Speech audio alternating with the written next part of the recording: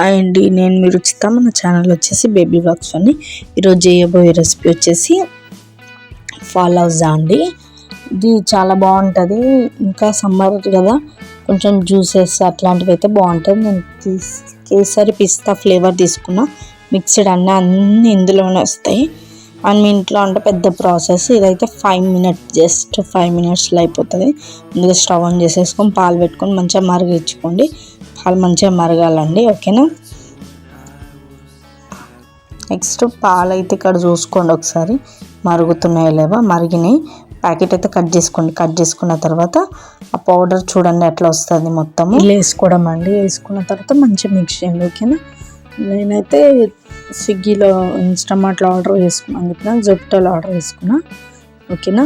మీకు కావాలంటే ఆర్డర్ చేసుకోండి, తక్కువకే ఉంది.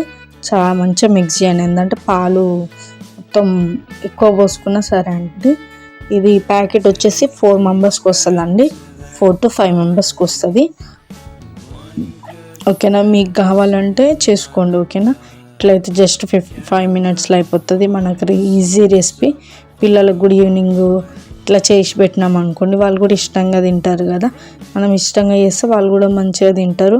హెల్తీ. బయటకి ఎందుకండి, ఇంట్లోనే చేసుకుంటే మనం ఈజీగా చేసేసుకొని పిల్లలకి పెట్టేస్తే అంతే అండి, ఫాస్ట్ అయిపోతుంది.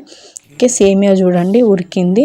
ఇట్లా చించితే మధ్యలోకి 2 parts అవుతుంది చూడండి, ఎంత మెత్తగా అయిపోయిందో, ఓకేనా. అప్పుడు దగ్గర కూడా అయిపోతుంది. పాలు చూడండి, ఓకేనా. వీడియోలో చూపించినట్టు ఉడికింది. ఉడికినాకనే బంద్ చేసుకోండి. పెద్ద మంట పెట్టద్దు, హై ఫ్లేమ్ పెట్టద్దు. మొత్తం రెసిపీ అంతా పాడిపోతుంది. పాలు కూడా విరిగినట్టు అవుతాయి మొత్తం, ఓకేనా. మిగడ వచ్చేస్తుంది మీద, ఓకేనా. స్టవ్ ఆఫ్ చేసేసుకోండి. అయిపోయిందండి రెసిపీ. ఒక కప్లోకి వేసేసుకోండి. చల్లగా అయినాక తినండి. వేడివేడి అయినా సరే, కొంచెం చల్లగా అయినాక తిని చూడండి. చాలా బాగుంది. వేడివేడి తిన్నా బాగుంటుంది, ఓకేనా. ఎంత బాగుంటుంది అంటే ఇందులో ఏంటంటే ఐస్ క్రీమ్ యాడ్ చేసుకోండి, బాగుంటుంది. ఇంకా ఫ్లేవర్ బాగుంటుంది. నేను స్ట్రాబెర్రీ ఐస్ క్రీమ్ తీసుకున్నా. స్ట్రాబెర్రీ ఐస్ క్రీమ్ ఒక గ్లాస్ తీసుకోండి. గ్లాస్ తీసుకొని అందులో స్ట్రాబెర్రీ ఐస్ క్రీమ్ వేసేసి మొత్తము ఫస్ట్ ఐస్ క్రీమ్, తర్వాత సేమియా వేయండి కొంచెము. అది ఫాలౌజా వేయండి. ఫాలౌజా వేసి మొత్తము మిక్స్ చేయొద్దు, ఎందుకంటే ఇప్పుడే మిక్స్ చేయొద్దు. వేసేసుకొని మీద ఐస్ క్రీమ్ వేసుకోవాలండి. చాలా బాగుంటుంది.